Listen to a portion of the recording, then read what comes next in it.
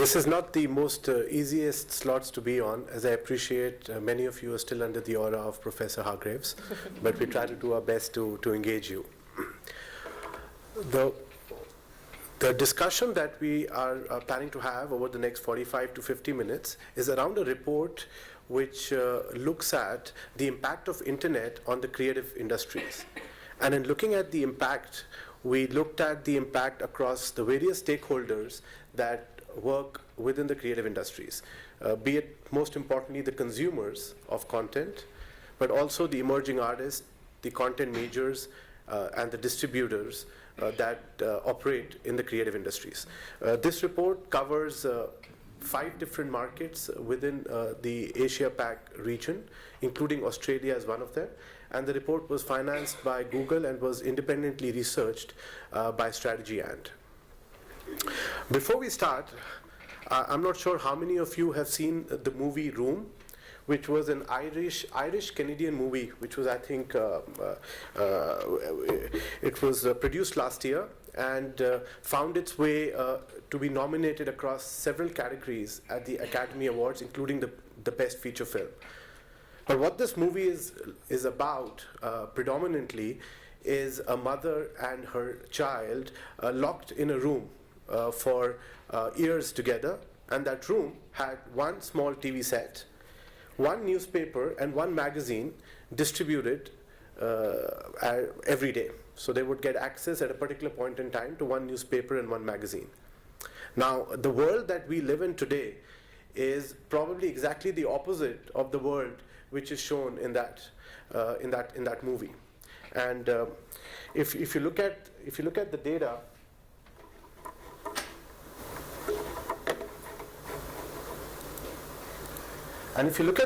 if there is any country that is most eager to get out of that room, it's probably Australia. If you look at the data here, over the last, if I take the data even beyond 2010, if I take it to 2008, in 2008, the amount of time on an average an Australian would spend consuming media content was 3.6 hours. That same number today is close to 10 hours, which puts it pretty much at the same level as UK. But what is striking is the growth that you see from 3.6 hours in 2008 to today. And that growth is actually 14%, which is not exhibited here, but that 14% growth is the largest growth that is globally among any country has seen. So Australians have really embraced, if you may, digital media.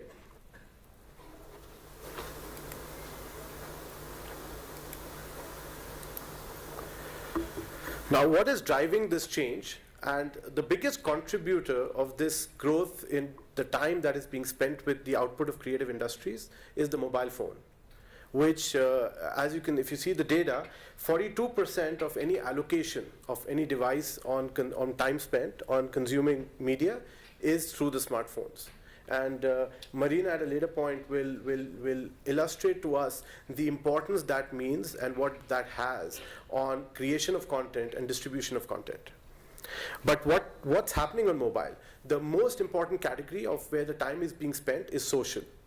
And social here does not only represent communication, but today social and all social sites are essentially super applications where consumers are actually consuming content of all kinds, be it music or video or news, which also happens on social. So within that 34% that you see on social of the time spent through smartphones, there is embedded within it consumption of news, consumption of videos, and consumption of music. What does this mean for the output of creative industries? Essentially what it means is there is more audiences and more time available for every platform. Be it if you're a producer of TV content, or if you're a producer of print, of newspapers, or if you run a radio station, irrespective who you are and what part of creative industries you are from, you have more time and more audiences for the content and output that you have. In some cases, if you look at TV, it is as big as 36% increase in audiences, but even for print, it's a 76% increase in audiences, because news is the content category that's been most democratized by the advancement of smartphones and the digital platforms.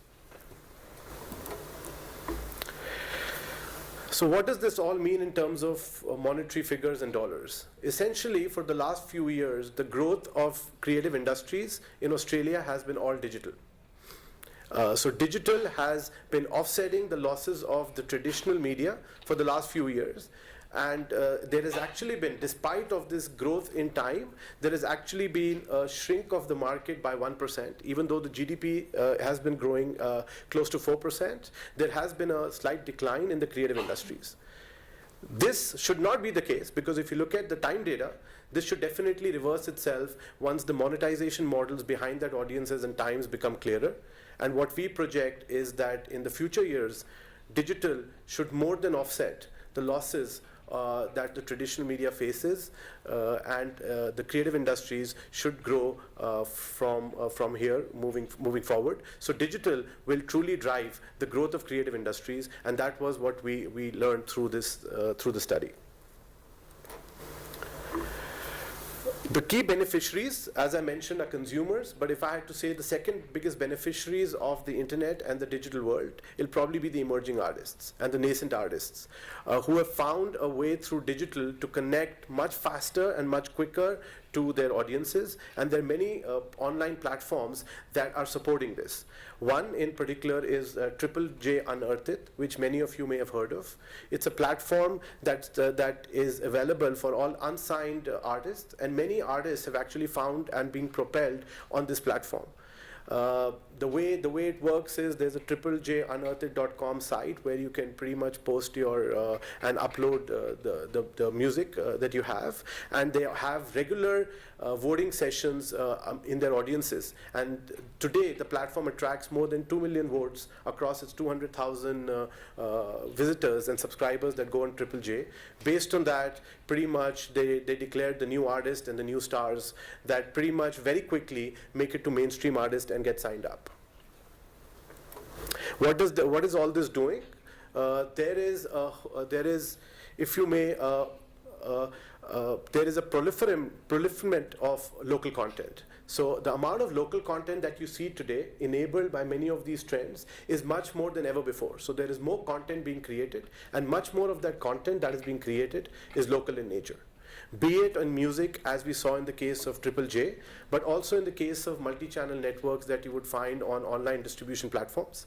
In fact, the top 10 Australian YouTube channels are all emerging artists. They're all led and fueled by emerging artists. And what is quite striking in this list is many of these, in fact, most of these were started in 2011 or 2012. So not less than, not more than 5 years ago. That means they've pretty much got the recognition and the kind of views that you see within a span of 5 years. Now that was never the case in traditional media. It would take much longer than that for an artist to get noticed, and artists to get acquainted into mainstream media. The other striking part over here is the genre of content that you see. You have cooking, but you also have comedy. You have music. So there are many content genres that you would typically have not found on traditional mainstream media or television.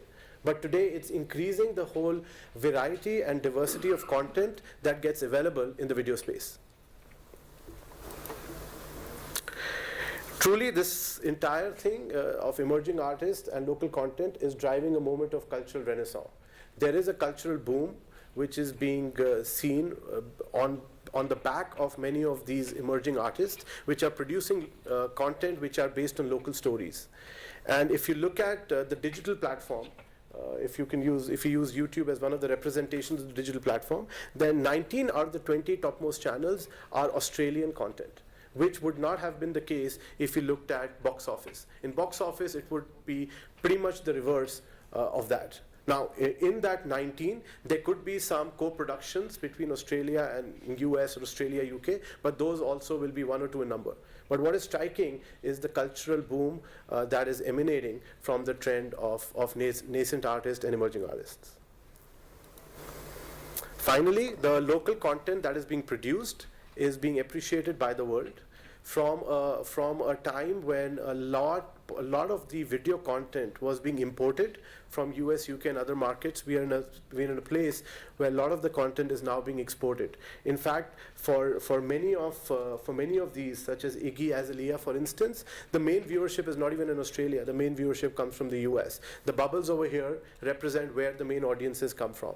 Many of those, you would find them truly to be in Australia, while you get significant audiences outside, but for some it's the reverse. Essentially, the point is that the local content which is finding its way in digital platforms, it's also finding export value outside Australia. I'll pause at this time and hand over the stage to our panelists. Let me start with Louise. Louise has a short video that she would like to show to you to introduce Bima Films.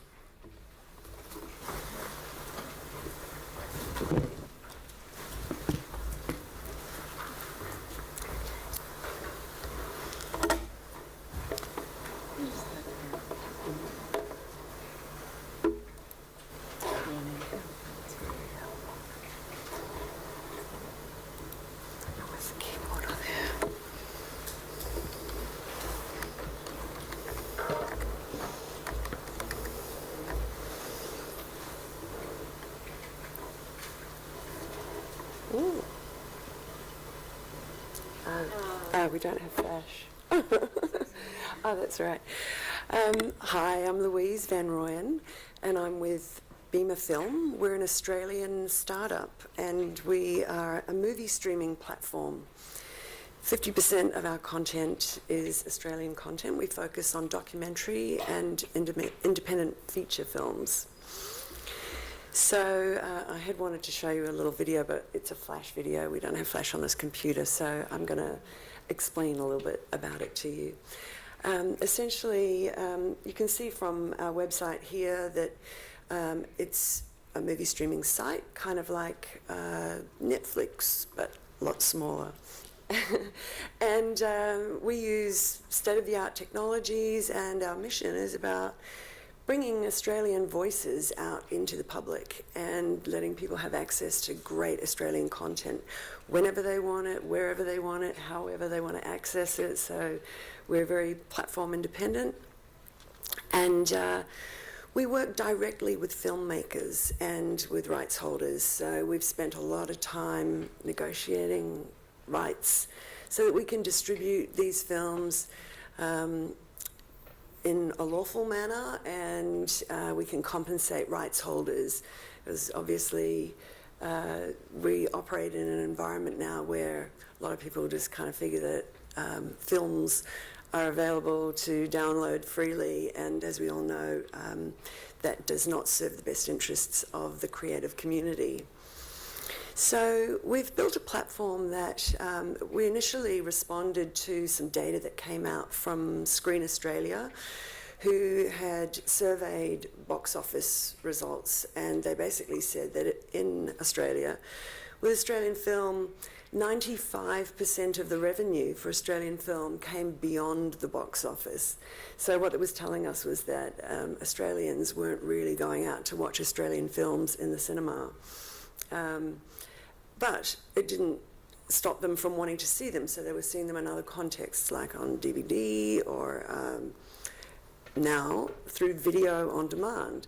And what we've done is we've basically licensed a collection of what we consider to be premium documentaries. So our model is very much based on curation. At a time when there's been an explosion of streaming content available, last year with the launch of Netflix and Stan, and the previous year Presto, suddenly Australians can get access to movies on demand. And similarly, our content works in the same model, but unlike those mainstream video providers, we have a smaller, more boutique collection that we've spent a lot of time curating so that you don't have to spend hours poring through this massive catalogue of old TV shows and stuff that you might not really be interested in. Our destination is for thinking audiences who really want to get access to great content that they can't find elsewhere. More than 60% of our content is not available on the other streaming platforms. So we really try to differentiate and give people access to quality content very quickly. So you can see here through our catalogue that there's a great variety of content, and many of these are Australian films that would otherwise have had a very short window of broadcasting on television, or maybe they've had a 2-week release in the cinema. And so we're enabling audiences to have access to this kind of content in an on-demand environment. And through our relationships with other distributors such as Madman and Umbrella Films and Flame Distribution and now the National Film and Television Archive, we do a lot of the hard work. And the model, which is quite disruptive, is that we offer a subscribing option. So some of our films, the filmmakers give us the right to put them into a subscription model like Netflix. Other films are only available as premium rental, so those are for when you just want to stream the film and rent it for a couple of days. But we have quite a unique model, which is one that we bring out through libraries. And you can see here that we work with 50 different municipal library services, and we've just started rolling out our tertiary program. We've already got Deakin signed up and AFTERS. This model is quite unique in Australia. Those of you who work in libraries, and I met some fantastic librarians at the event last night, know that there are licensing programs already available. Ours is a different kind of a model. We bring a model where the entire collection can be licensed and offered up to all patrons freely. They can just log into a branded portal along the lines of what you see here, but it's got library logo on it. We filter out MA 15 plus titles for municipal libraries, or we can tailor the collection to customers who want a more tailored offering. And the patron essentially logs in using their library barcode and then just has access to any film in the catalogue. And we've had great results working closely with librarians because of the kinds of rights that we secure from our filmmakers.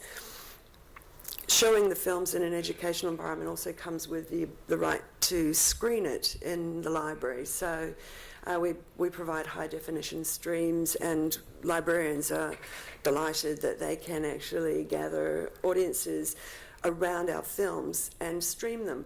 So because the films are all very topic oriented, as most documentaries are, there's sort of vertical communities who are passionately interested in some of our films.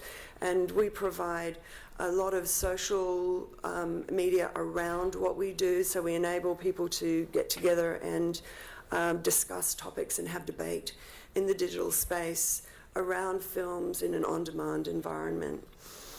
So anyway, there's a brief overview on what we do, and I'll hand over to Marina, who can tell us a bit about what Bauer does. Thank you. Thank you, Louise. My pleasure. One of the things we discussed and we presented, and the same thing which was mentioned by Louise, is we have more audiences, more time. So I think the key question then is that is this leading to profitable businesses in creative industries? So let me hand over to Marina to discuss the attempts at Bauer Media to bring profitability through all the trends around digital that we see. Great, it's a very big question. So Bauer Media is Australia's leading brand media organisation, And so we publish things like the Women's Weekly, you know, Dolly magazine, we've got 60 magazines, almost anything that you want.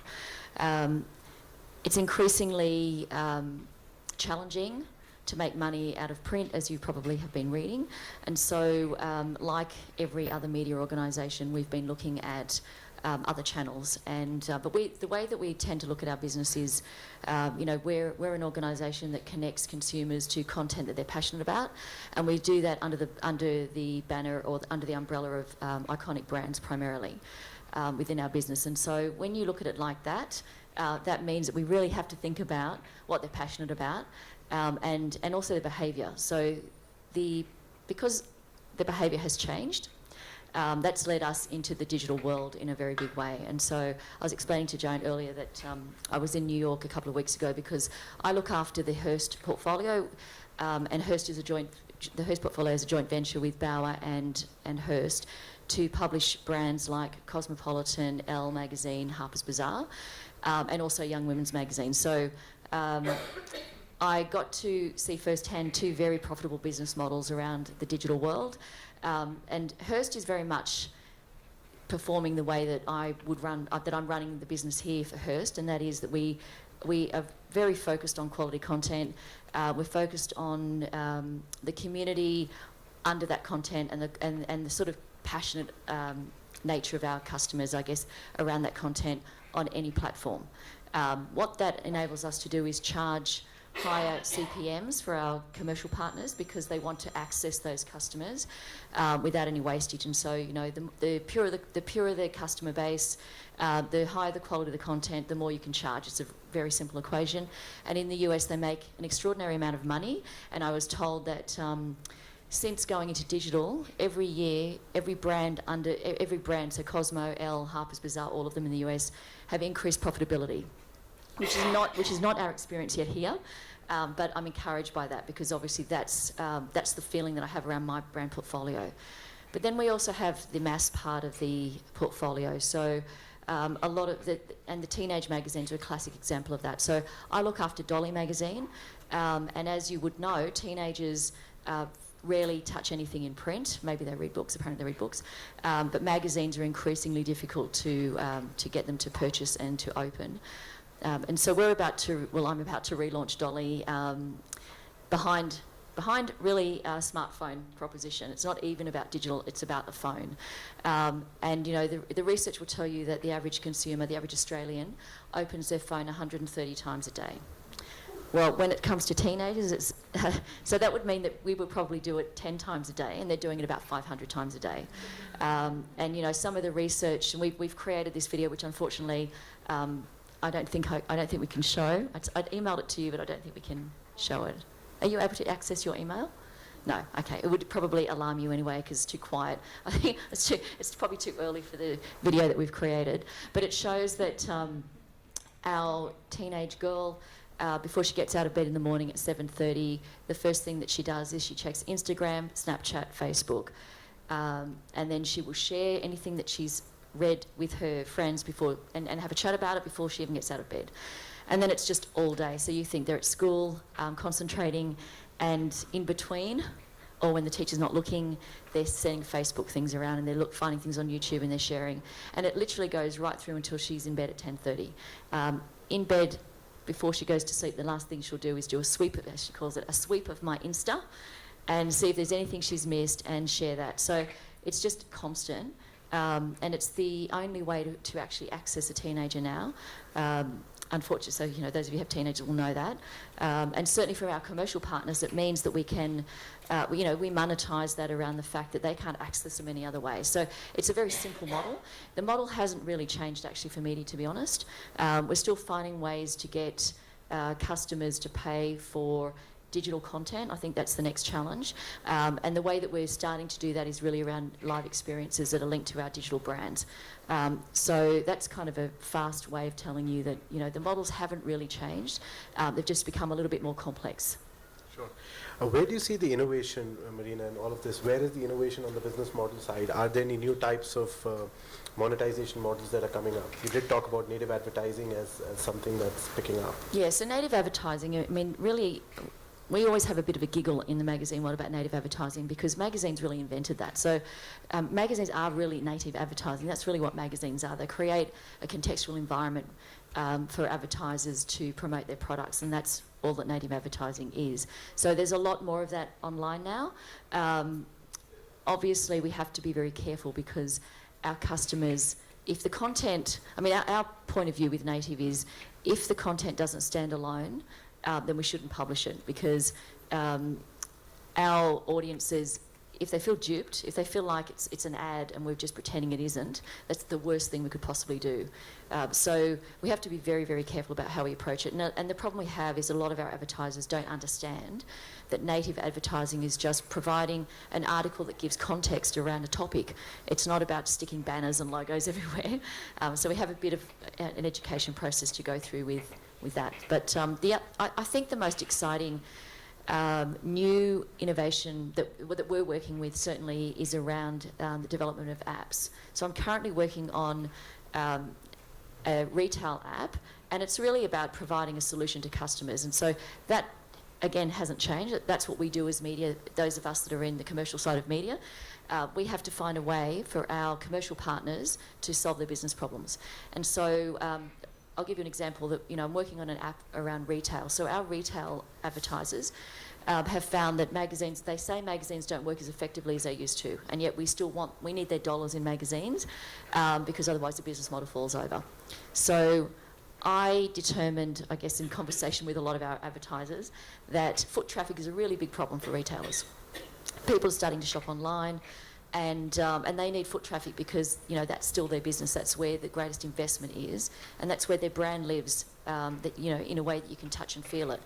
So we're working with them on creating retail apps using the strength of our brand as a trusted forum for the customers to understand that what they didn't think they needed, we're telling them they need in an app format, and then our advertisers will serve them advertising via an app. So we're starting to merge, I guess, all of our content around various platforms that suit the customer base. And so, but that hasn't changed, right? That's nothing new. It's just about understanding who your customers are. And do you think, Marina, your brands have gone beyond just content? Do they transcend into merchandising or living in physical products outside of the content paradigm? Yes, absolutely. House and Garden is a really classic example for us.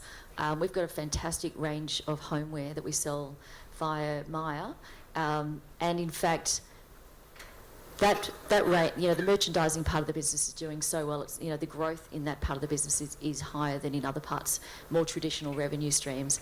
Elle, which is a brand that I have, has a global merchandising business, and the licensing part of the business actually makes more money now than the media. So it's a really great, but that only happens if you have the strength of iconic brands that began with media, and that you're absolutely true to what that brand stands for from a customer base point of view.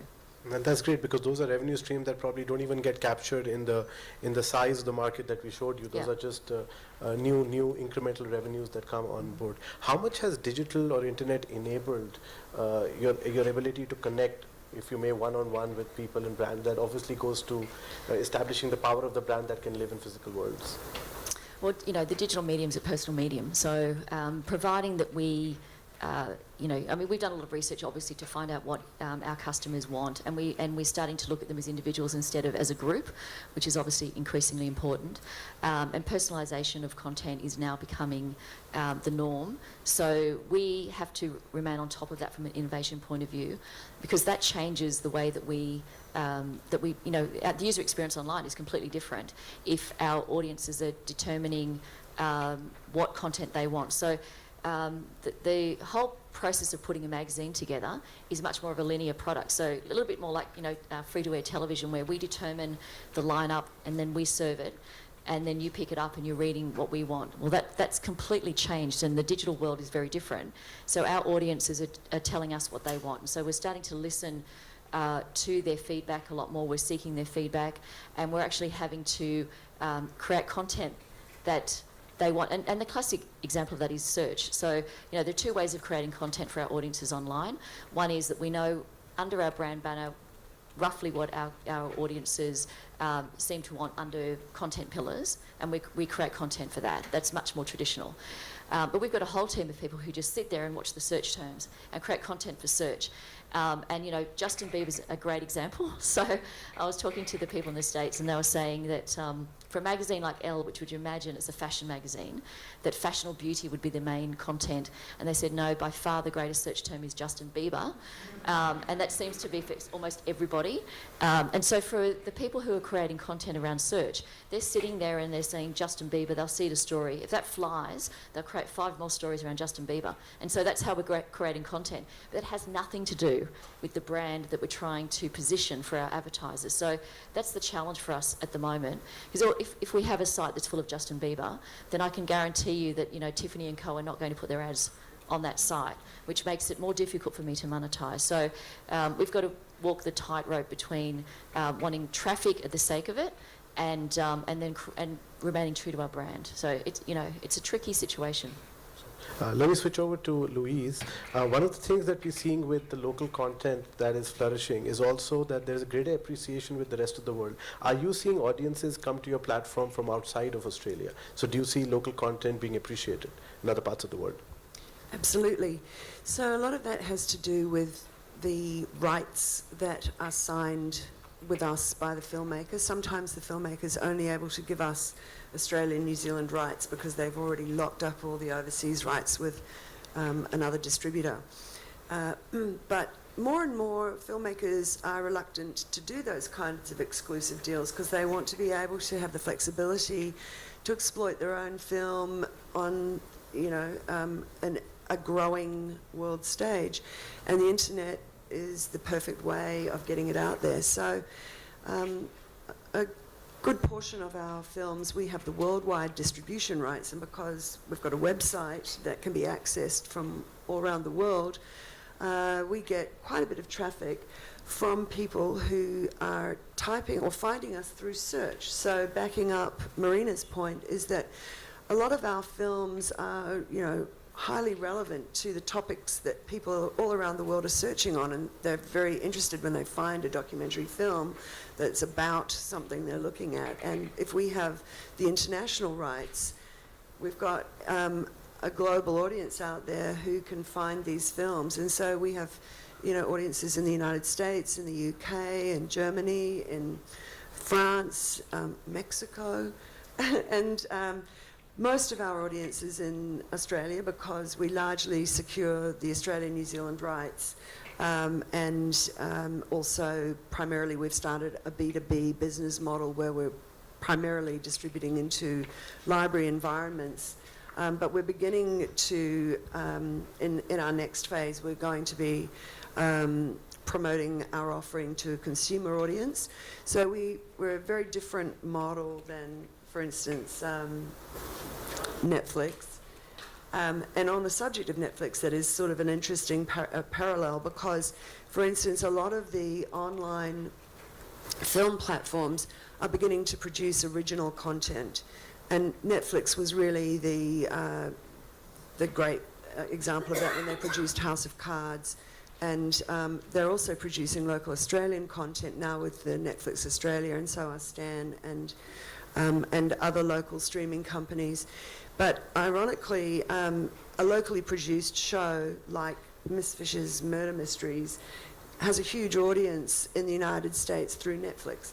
So that's the kind of thing, you know, we will be doing as well, is promoting into a consumer base, and also we'll take our model, our aim is to take the model into the United States, where we have English-speaking audiences, United States and the UK. We can go through libraries as well and take our collection of Australian films and also New Zealand films, and we've got Pacific films. So we've got an interesting collection that is completely different from the sort of stuff that the mainstream sites are offering. And there's a great market for niche content. There are a lot of people who are searching for content around their interest areas. So with Bima Film, this is an excellent way for us to be able to give local rights holders a global audience. Louise, do you think in a way you've contributed to sidestepping the barriers that nascent artists, independent movie makers would have had in trying to tell the stories? Do you think that, tell us ways in which you're enabling them to more easily tell the stories to Australia and to the world? Absolutely. So, for instance, it's actually, documentary is a very difficult genre for filmmakers to operate in, largely because there aren't really huge box office audiences to go out and watch documentary film, and we focus on cinematic documentaries, so films that have had a cinema release. And it's very difficult for documentary filmmakers to actually get signed with a big enough distributor that they can have even a 1-week cinema release for their film. And so we provide an alternative to that. And while we largely take films that have been in the cinema circuit, we also take films that have strong relevance to great issues of interest where filmmakers haven't necessarily had the wherewithal to be able to get in with a massive distributor who can take their film around. And we deal directly at a very grassroots level with filmmakers on that level. So we're providing opportunities for their film to be able to be viewed, and also with archival films. So in the work we do with the film and television, going into, for instance, the Film Australia collection, we're taking iconic Australian films, which, you know, to a large extent might be called, you know, the Australian photo album, or, you know, I mean, these films are a very important heritage pieces, which may have been broadcast on television, but which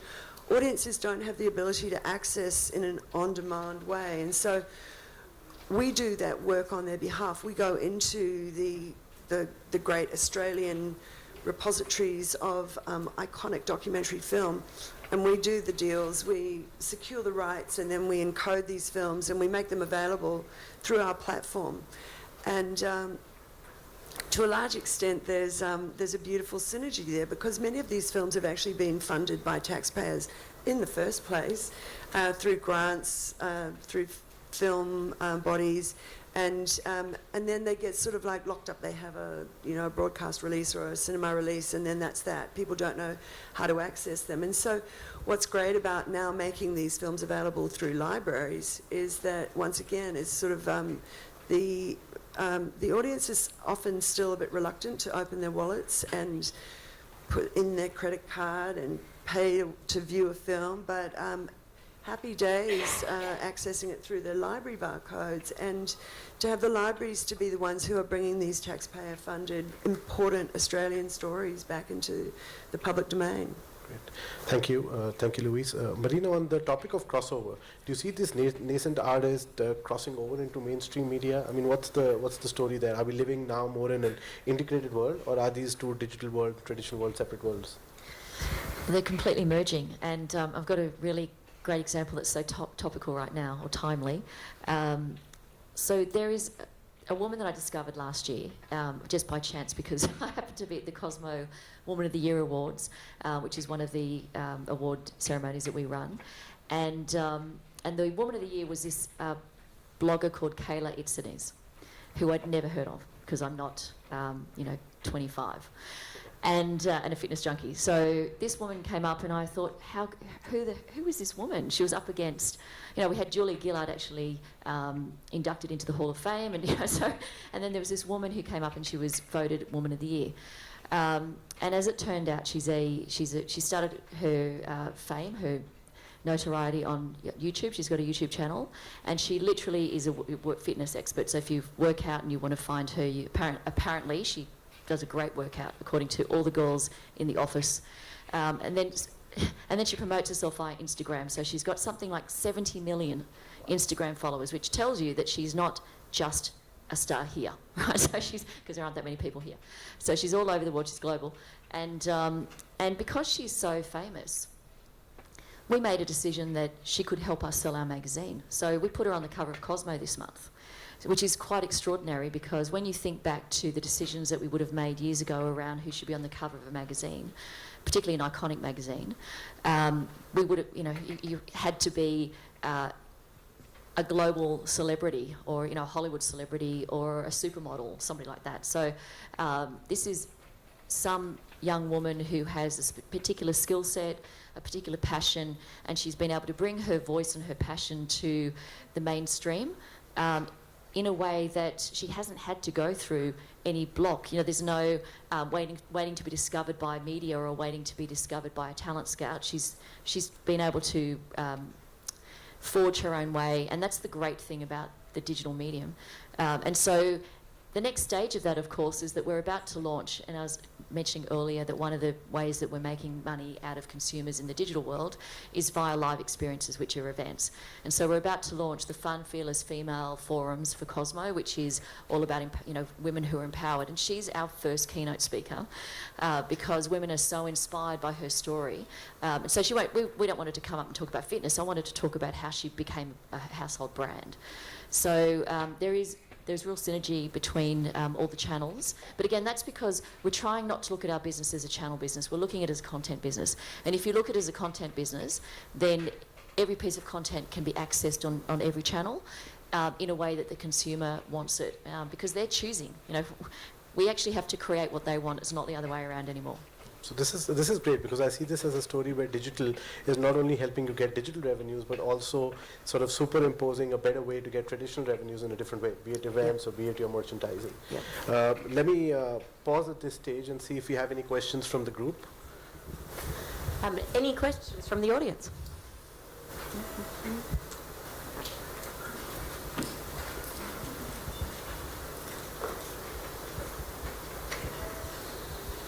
Hi, my name is Laurie Flexer. I am the Executive Director of Creative Content Australia, which is a not-for-profit group representing a number of copyright holders who are aiming to raise awareness about the value of creative content and the impact that illegal downloading and streaming has on the industry.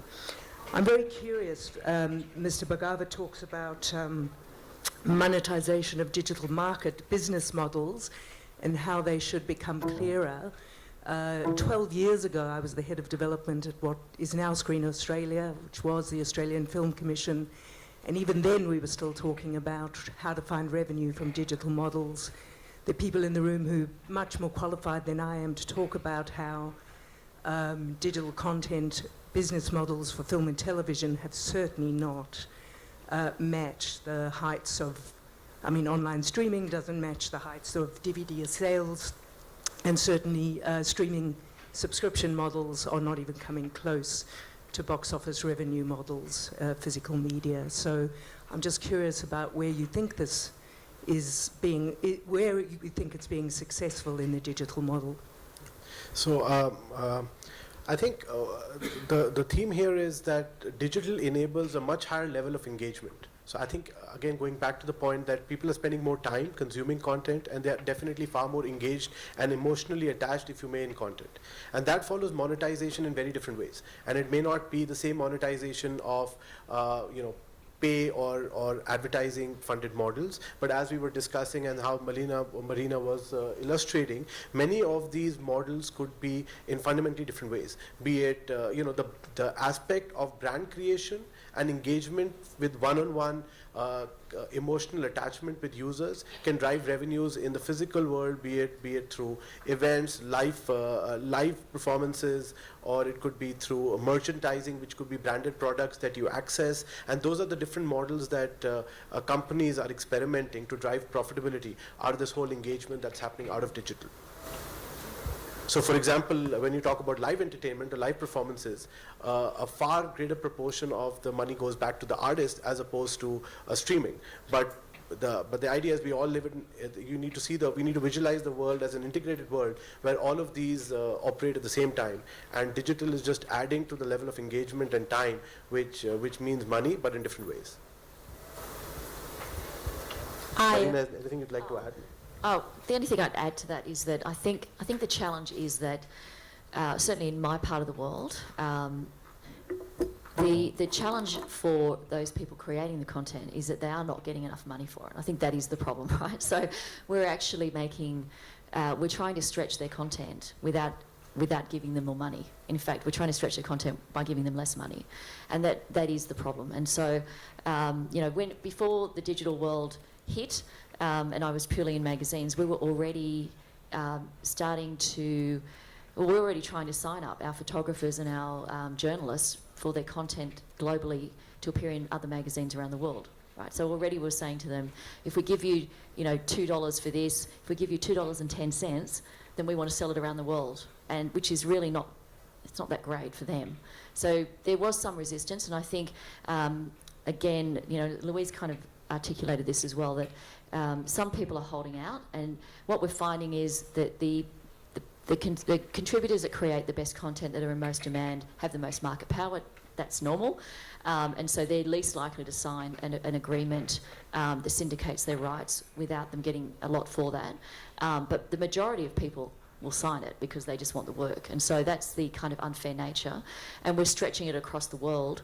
And then there's grey area, right? So in terms of copyright, there's a really grey area because we take a lot of content from our international partners, and I don't know. We assume that they've got copyright from those people for the world. We assume they've, assigned that those contributors have assigned their global rights away, but maybe they haven't. We try, and every time somebody writes a piece of content for us, we get them to sign a piece of paper that says that we can sell it anywhere in the world. And so I think that's going to be the challenge, because we don't really know where things come from. And also, I work for a global business, so Germany, it's a German business. Bauer Media is a German company. And I don't know what their rules and regulations are over there, but they're certainly taking content from here. I noticed that the Australian Women's Weekly, so as you might appreciate, they love our food compared to their food, their stodgy food. And so the Australian Women's Weekly cookbooks, for example, do extremely well in Germany. And so they're wanting to republish them there. So what does that mean for all these creators of that content? So I think that there's a lot of grey area, and I do think that part of the way that we're creating business models as publishers, so coming from the side where I have to make money, is that we're having to invest less in the creation of content and try and get more money on the other side from revenue. But the problem with that, and the challenge I have with that, is that I know that could be a downward spiral for us as a business, because the best content generates the greatest amount of revenue. It's a really simple equation, and we used to see it in magazines. I see it in the digital world. But if we're not investing in that content, then at some point that model's going to fall over. So I think, we think to some degree we've got it worked out, but I don't know that we have. I don't know if that even answers your question. It's very simple. I thought maybe I'd just throw in a few little statistics that I'd written down. Last year, in the first half of the year, 3.2 million Australian adults watched SVOD content. So that's subscription video on demand, like Netflix. And, there are now just so many different ways that we can access the content, on all the devices. Marina's talked about mobile, which is really big in her demographic.